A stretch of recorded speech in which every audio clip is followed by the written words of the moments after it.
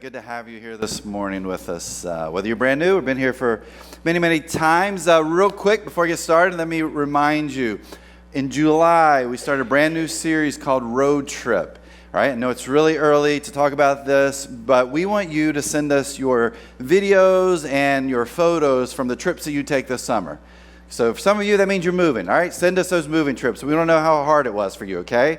For most of us, we're taking vacations or we're doing day trips locally here. Hey, shoot those to us because we're going to use those within this series. It's a 9-week series. It's our summer series. We hope you will do that, or you're just going to see a lot of images of my family on vacation and Joel's family on vacation, all right? We want to see where you're doing and where you are going. So make sure you send those media@thejourneynova.org. media@thejourneynova.org. Send those over the course of the summer. We're going to have some fun with that in this next series. I grew up in North Carolina, and growing up in North Carolina, especially where I lived, I became a Wake Forest University fan. And if you grew up in North Carolina, you're familiar with North Carolina, you know there's Tobacco Road, right? There's 4 main colleges that kind of make that up. And all of us Wake Forest fans and NC State fans and Duke fans have disdain for the 4th school in that yeah, thank you. You guys already know. The University of North Carolina Tar Heels, right? Absolutely hate that particular school and team. In fact, I mean, think about it. Those are the worst colors in the world for any college. Light blue. Let's go win a football game with our light blue outfits on, right? And their fans are obnoxious and horrible. You already hear that, right? Horrible, horrible people. We have quite a few graduates from the University of North Carolina here, so I love you guys. It's everybody else that we can't stand. Now, before we moved here 7 years ago, Kara and I, we planted a church down in Chapel Hill, North Carolina. Hey, guess what school is in Chapel Hill, North Carolina? The University of North Carolina Tar Heels. And so I'd have people ask me all the time, like, why would you plant a church in the town where the school is that you hate the most in your life? And the answer was always simple. Where do you think all the sinners live, right? We listened to Jesus' command, and we went to the place where all the sinners lived. Well, we lived there 7 years, and it was kind of funny. It was really kind of strange. As you start to ride around and you go places, you'd see flags on people's homes. You see their welcome mats. You even see the license plate holders. And it would say house divided, and you would see this kind of image up there. This means that there's a Carolina fan, because that's the real Carolina, not the one in South Carolina. That one doesn't even count. But there's Carolina and Duke, right? And you've got these 2 fans that live together. Like, how did you 2 meet? And like, why are you still together, right? Because this definitely is a house divided, and that's because of the big rivalry these 2 teams have when it comes to college basketball. Well, today, we're going to continue our series like Mike was talking about, Better Together, and we're going to talk about working together. That we don't want to get to this place where the church is a house divided, but the church is a house united. And so we're going to go back to this letter of Philippians. This is a letter this guy named Paul writes to this church community in Philippi. And in this letter, he's very encouraging. He's grateful and thankful. He's mostly positive. But there are some parts to this where Paul's giving warnings, and we're going to talk about that today. But Paul also makes this letter pretty personal. In fact, we come across this strange piece to it. In Philippians chapter 4, the very end, verse 2, it says this. It says, "Now I appeal to Euodia and Syntyche." Now let me stop for just a second. I don't really know if that's how you pronounce their names. But in Bible college, they said when you get to names and places you don't know, you just run through it like you know it and keep going. Everybody's going to be like, I never thought about saying it that way before, okay? So when you read Scripture, that's just a little something for you. All right, go back to it. "Now I appeal to Euodia and Syntyche. Please, because you belong to the Lord, settle your disagreement." Last week I said, kind of put yourself in the context of when this letter was being read, right? You live there in Philippi. You're part of this church community. There's probably 40 or 50 people that are in this church community with you. It's a Sunday evening. You're having worship at Lydia's house. You're out in the courtyard, and 85% of the populace was illiterate. And so when a letter would come, you'd have to have somebody read it. So somebody's reading this out, and as everybody's listening, you're probably like, oh, I can't believe Paul said that, or, oh, that's that's really challenging to me, or that's really challenging for our church. But then you got to this point in the letter, and you've got these two names of these two ladies. Can you imagine how awkward it was right there at that moment? Like, everybody's probably starting to sweat, like, ooh, can't believe Paul brought that up. Those two ladies are sitting right over there. It'd almost be like me coming up here on a Sunday morning and not using illustrations and not using any hypotheticals, but saying, hey, here's my example today. You know so-and-so here at the Journey? Let me tell you what they said. Let me tell you what they did. I mean, this church would shrink really, really fast. Not as fast as me losing my job here, right? But that's really what this would have been like for them to hear these words from Paul and to hear these particular names in this letter. Well, the truth is, Paul doesn't give us any clarity as to why these two ladies are quarreling. But what we can kind of gather is either they can't work through it or they haven't begun to work through this dispute that they have. But why does Paul share this personal piece to this letter? Well, I think it's because Paul is trying to remind this church that disputes, if not dealt with in healthy ways, if not worked through, can cause division in the church. And so Paul is reminding them, hey, you need to be a church united and not a church divided. You need to work together. You and I, we deal with disputes all the time, don't we? Like, if you have a job and you work with people and you're on a team, you probably have disputes with people that are on that team, and they probably have disputes with you. If you're married, you've probably had one or two disputes in the course of your marriage, right? One of you says, hey, I really think we need to have 2 more pillows for the couch, and the other one says, well, I think we got about 250 on there right now. I think we're good, right? There's this dispute that happens. But we see disputes everywhere. We see them in relationships. We see them at school. We see them in the ball field. We see them everywhere. Disputes happen. But where do these disputes come from? Well, so often they come from our preferences. And the preferences that we have become more important than the vision that we're a part of or the whole that we're a part of. And so those preferences lead to these disputes, which, if not dealt with, can lead to division. And once the one place where we see preferences take over, disputes happen, and division become a part of an organization more than what we call the church. Some of you are here today because of that. Maybe you grew up in the church, or you're part of the church for a while, and there was disputes and division that took place, and you left the church. You're like, I don't want to be a part of that. So maybe you're back here at the Journey, and you're hoping and praying that this church will be different for you. Others of you, you were at a church and you came here because of the actions and words and disunity and division that was taking place in the church you were part of. You're like, this isn't what I signed up for. And so maybe you're here because you're hoping and praying that this church will be different for you. I can tell you here at the Journey, we hope and pray that this church will be different for you. But please realize, here at the Journey, we are still humans. And sometimes our preferences can get in the way of what is happening within the church and what God has intended for the church to do and for the church to be. It's very easy for those preferences to show up in our lives.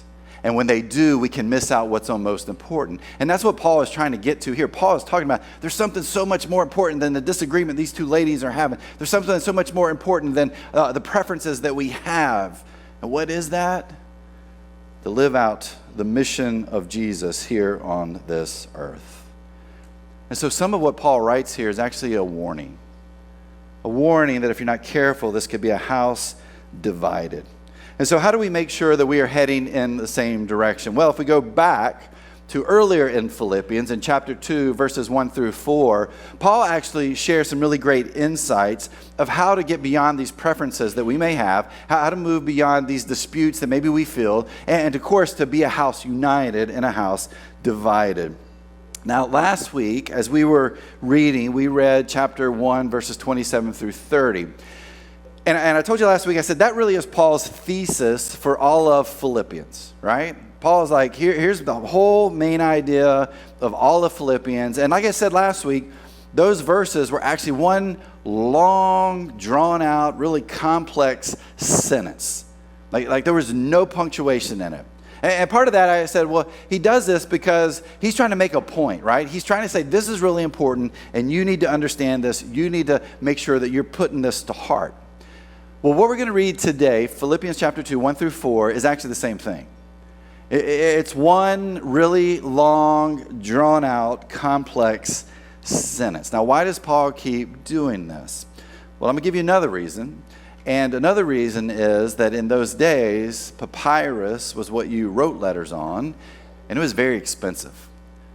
And Paul doesn't have a whole lot of money, right? We've talked about how the church and people are supporting him to help him survive, just to live where he is. He's under house arrest in Rome. And so you would get this papyrus, and what you would do is you would write, you would try to cram as many words as you could into one page.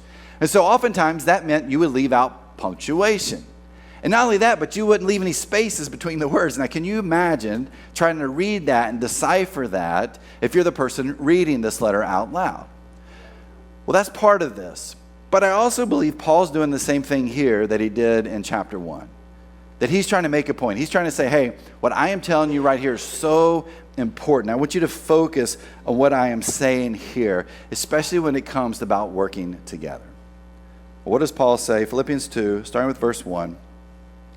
He writes this. He says, therefore, if you have any encouragement from being united with Christ, if any comfort from his love, if any common sharing in the Spirit, if any tenderness and compassion, then make my joy complete by being like-minded, having the same love, being one in spirit and of one mind. Do nothing out of selfish ambition or vain conceit. Rather, in humility, value others above yourselves, not looking to your own interests, but each of you to the interests of the others.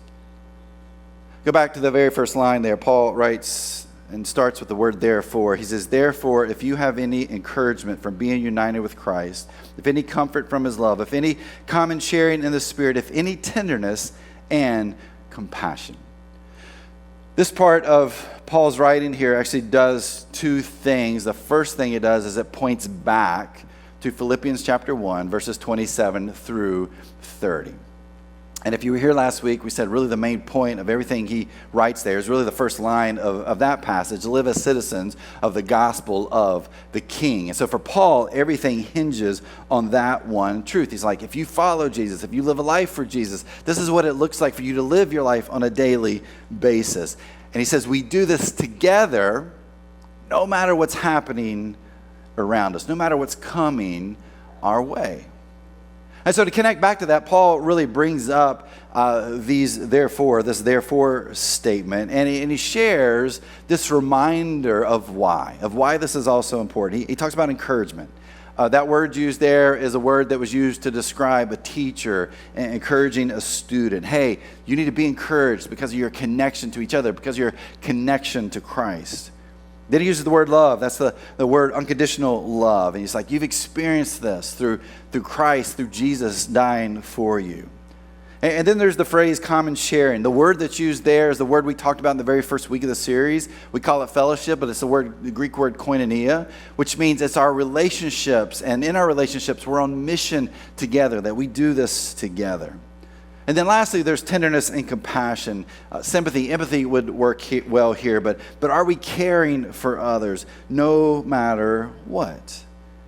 See, here's Paul saying, this is why all those things are important. You see what the outcome of this when you are united together, doing what it takes to live out the mission of Jesus. And so he's looking back, but he's also looking forward. The statement we just read is actually a bridge between those two things, between the unity of the church and the enemies they were facing. And then this next piece we're going to look at here in a second, and the importance of this church community and their internal relationships with each other. But he's answering that question of why. When we lived in Chapel Hill, it was a really nice day out. So I had the two youngest kids at the time, Avery, who just graduated from high school this week, was around 8 years old, and Jake, who's finishing up his freshman year in high school next week, was about 5 years old. We're driving around in the car and got the windows down. Again, really nice day outside. And Jake has his arm out the window. And so I see it, I'm like, hey, Jake, can you get your arm back in the window? And Jake asked the question that every kid in the world has asked for eternity, and will ask for eternity, right? The question of what? Why? Exactly. You've heard it a few times yourself. Why? Why do I need to pull my arm back in the window? Well, before I could answer, my 8-year-old daughter, Avery, says, Jake, when you're 21, you can drink. When you're 21, you can smoke. And when you're 21, you can put your arm out the window. The kid was wise beyond her years. I didn't even answer. I was like, that's a great answer right there. So hopefully they'll follow that line of logic. But that's what Paul's doing, right? He's answering this question of why. Why should we live as citizens of the gospel? Why should we be reminded of these things? And Paul says, here's why we should be reminded of these things and live this way. But it points to this next piece, okay? But there's something else I need you to understand about this writing and this passage. In this really one long sentence, there's actually only one verb in it. Everything we just read, okay? There's only one verb. And some of you are like, I know I slept in English class in high school, but I read more than one verb there. Well, there's only one verb. Let me kind of explain that. There are about 450 different translations of the New Testament, the Greek New Testament, into our modern English language, okay? Why are there so many translations? Is it just so people can make money off of us? That may be the case for some people, but the reason is pretty simple. We really can't translate Paul's Greek language word for word into our English language today. Like, they are very, very different languages. And so if somebody comes to you and like, hey, I've translated the Greek New Testament into English and it's perfect. One, they're lying to you, okay? Secondly, they may be trying to make money off of you. And third, if you tried to read what they wrote, you and I would not be able to understand what they had written. And so that's why we have so many translations today. And so in this really long passage we just read, Philippians 2, 1 through 4, there's only one verb in that whole long sentence, and it's these words, and it's actually a phrase that we have, then make my joy complete. Paul says, then make my joy complete. That is the verb here, and everything before that is the why, and everything that comes after this is the how. But Paul throws in a command here too. He says, then make my joy complete by being like-minded.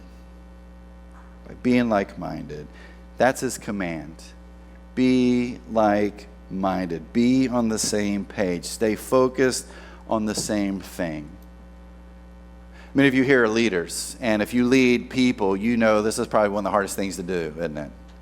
That one of the hardest things to do is to get everybody on the same page, moving in the same direction. And so much of that goes back to our preferences. There are things that we prefer. There are things that I want. There are things I desire. And too often those things, those preferences, get in the way of being like-minded. And so Paul's purpose here is he's trying to remind this church, don't follow your preferences. That's going to bring about disunity. That's going to bring about disputes. That could bring about division. And maybe that's part of what we read in Philippians 4. Some scholars say there were some sort of preferences there that these ladies had and they couldn't come up with agreement on there. Some say it was a theological question. Again, we don't know. But in that, Paul is striving for unity within this church community. And he wants to remind them of what is most important and to be focused on what is most important. To be like-minded. But again, that's a struggle for any organization, and especially for something like the church, because our preferences so often can take over, and those preferences lead to disputes, which can lead to division. And so I have a question for you that I want you to answer in your head. Why are you here? Like, why do you attend the journey? Now, I'm guessing that probably part of that is preferences. Now, Paul doesn't say preferences are bad. Paul says when preferences get in the way of what's most important, right? But that's a good question for us to answer. Why Why are you here? Maybe you attend because of the speaker. Yeah. And who could blame you, right? Just kidding. All right. That's very awkward. I feel terrible about even saying that. Anyway, let's keep moving here.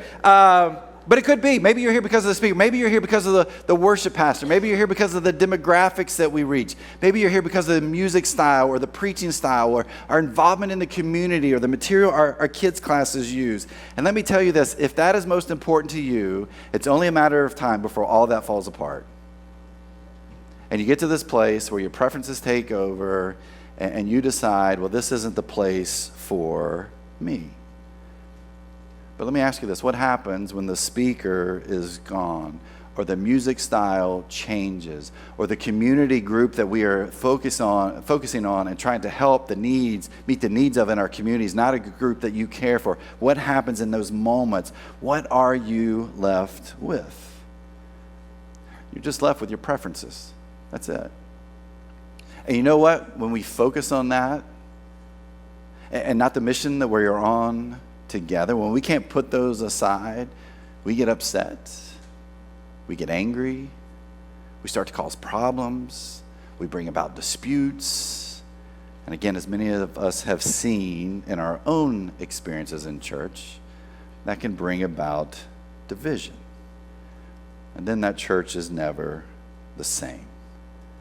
And it's because we're always chasing these preferences in our life that honestly do not matter. And yet here's Paul who's talking about the power of a house united. He's talking about how important it is to work together with one mind and one purpose. That should be our focus, and that we put those preferences aside, that we live as citizens of the gospel of the King.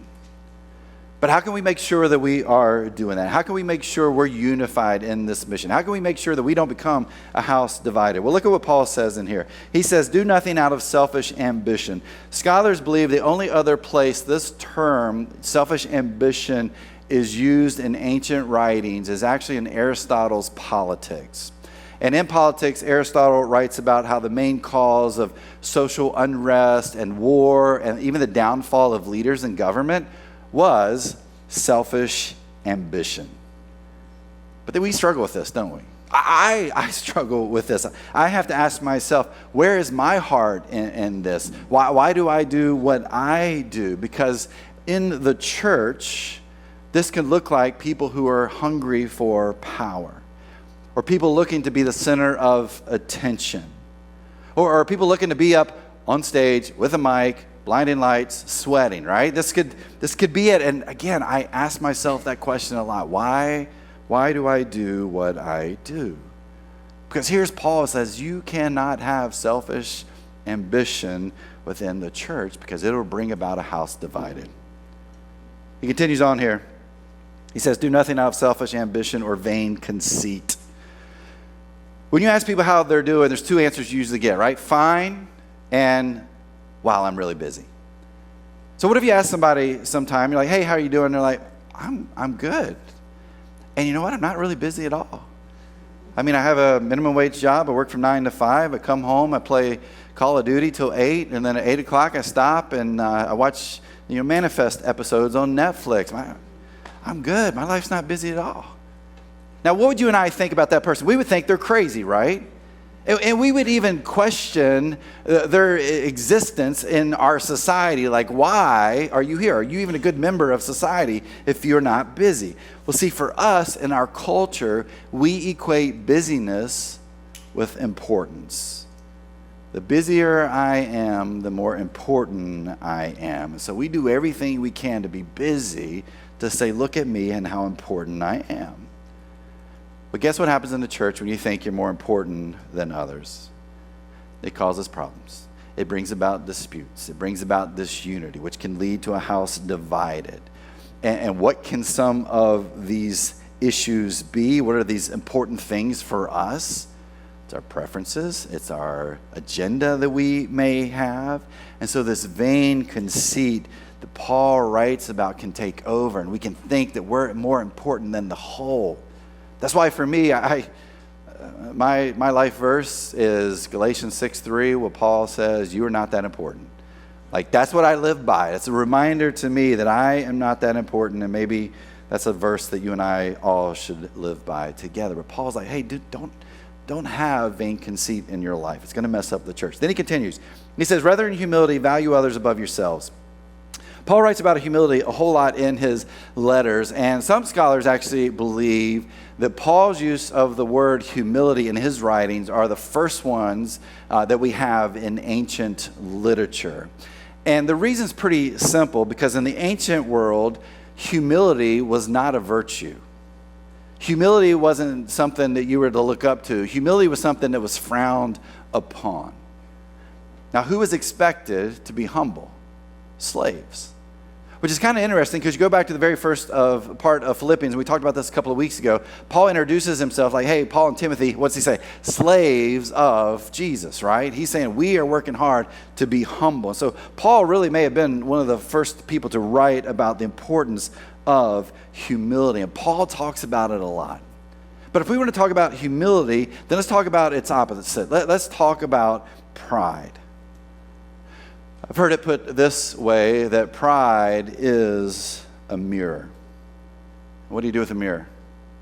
You look at it to see your reflection back, don't you? And so we kind of think about pride. It really hits us in two ways. There's the pride where we look at ourselves and we see all the good. We see all of our accomplishments. We see all of our education. We see the size of our bank account. We see how good we look and how nice those clothes are. I mean, that's what pride does. We look in the mirror and we see this reflection back. It's kind of like, I don't know if any of you have been to the gym in the last 7-10 years. I don't know how many people actually work out and how many people are looking at themselves in the mirror as they work out, right? Taking photos, selfies, all that kind of stuff. But that's what we're talking about here. That's the one way pride works. But pride also works on our insecurities. We can look in the mirror and we see those insecurities. We see those flaws. We see the zit on the forehead. We see the nose that we got from our mom's side of the family. We see our bald head that we can't control. We see the things about our body we don't like, the things about us we don't like. And so pride's not only about the good things that we see, but it also can be related to our insecurities and our flaws. Because pride is looking in a mirror. Humility is looking through a window. And when you look through a window, what do you see? You don't see how great you are. You don't see how insecure that you may be. You see something else. You see the world around you. And as you see that world, you see the needs that are there in that world. And you get lost in the needs of others. And so Paul says, be looking through a window, not at a mirror. Don't be looking back at yourself. Look through a window to see the world around you. Be humble. Don't get stuck in your pride, and value something like humility. But he continues on. It says, not looking to your own interests, but each of you to the interests of the others. Again, for Paul, this is a reminder that this church community isn't about you or your preferences. It's not about me or my preferences. It is about focusing on other people. It's about living this other-centered life that we are on mission together in. Again, Paul doesn't say, forget about your interests. He says, hey, make sure you're looking to the interests of others. Make sure you are looking through that window and seeing the needs of others, and help and support and be there for the people around you. That's when the church is functioning and working together. So Paul says, this is how you keep a house united. But how does that affect you and I? Well, I think it goes back to that question I asked a little bit earlier. Why are you here? Is it because of your preferences and we meet those preferences for you? Is it so you can be seen by others? Is it so you can live out the selfish ambition? Is it because of your pride? Or are you here because you truly believe we are better together? When we are working together, when we put those preferences aside and we say, hey, there's a bigger mission that we have been called to help more and more people. As we say it here, take their next steps towards Jesus. And we understand that the church brings the hope of Jesus, to the world that we live in. Is that why you're here? in the end, I may not be a University of North Carolina Tar Heel fan. But you know what? That's okay. Because we can have division when it comes to our sports allegiances. What's not okay is for the church to be a house divided. Because we are called to be a house united. And when we are united, God can use us in incredible ways to make a difference in this world, through this place, through you and I. Now let me say this. When you preach a sermon like this, there's those of you sitting there like, something's going on here, right? What's the problem? Hey, honestly, this is a very healthy church. And anytime questions have arisen or disunity moments have kind of reared their head, this church has done an amazing job, even before I got here, of sitting down with grace and humility and compassion and open ears to hear and to work through those things and to deal with them pretty quickly as needed. Because this church understands that a house divided is going to fall on itself. But a house united, God will use to do amazing things in your life, in this church, in this community, and in our world. My prayer is that we will always be a house united, living out the mission of Jesus as we work together. Back in the spring, when our neighborhood groups were meeting on a weekly basis, we invited them to find a place in their community, to look through the window of their community and find some ways to help support and meet needs and to make our communities better, right? And so in the midst of that, we said, hey, send us your videos, send us your photos of that time together. And so our groups did that. And as I finished up today, it's just a great example. We're going to show you this video, and it's a reminder of what it looks like when we work together. And so sit back, watch this, and then we'll go into our time of communion.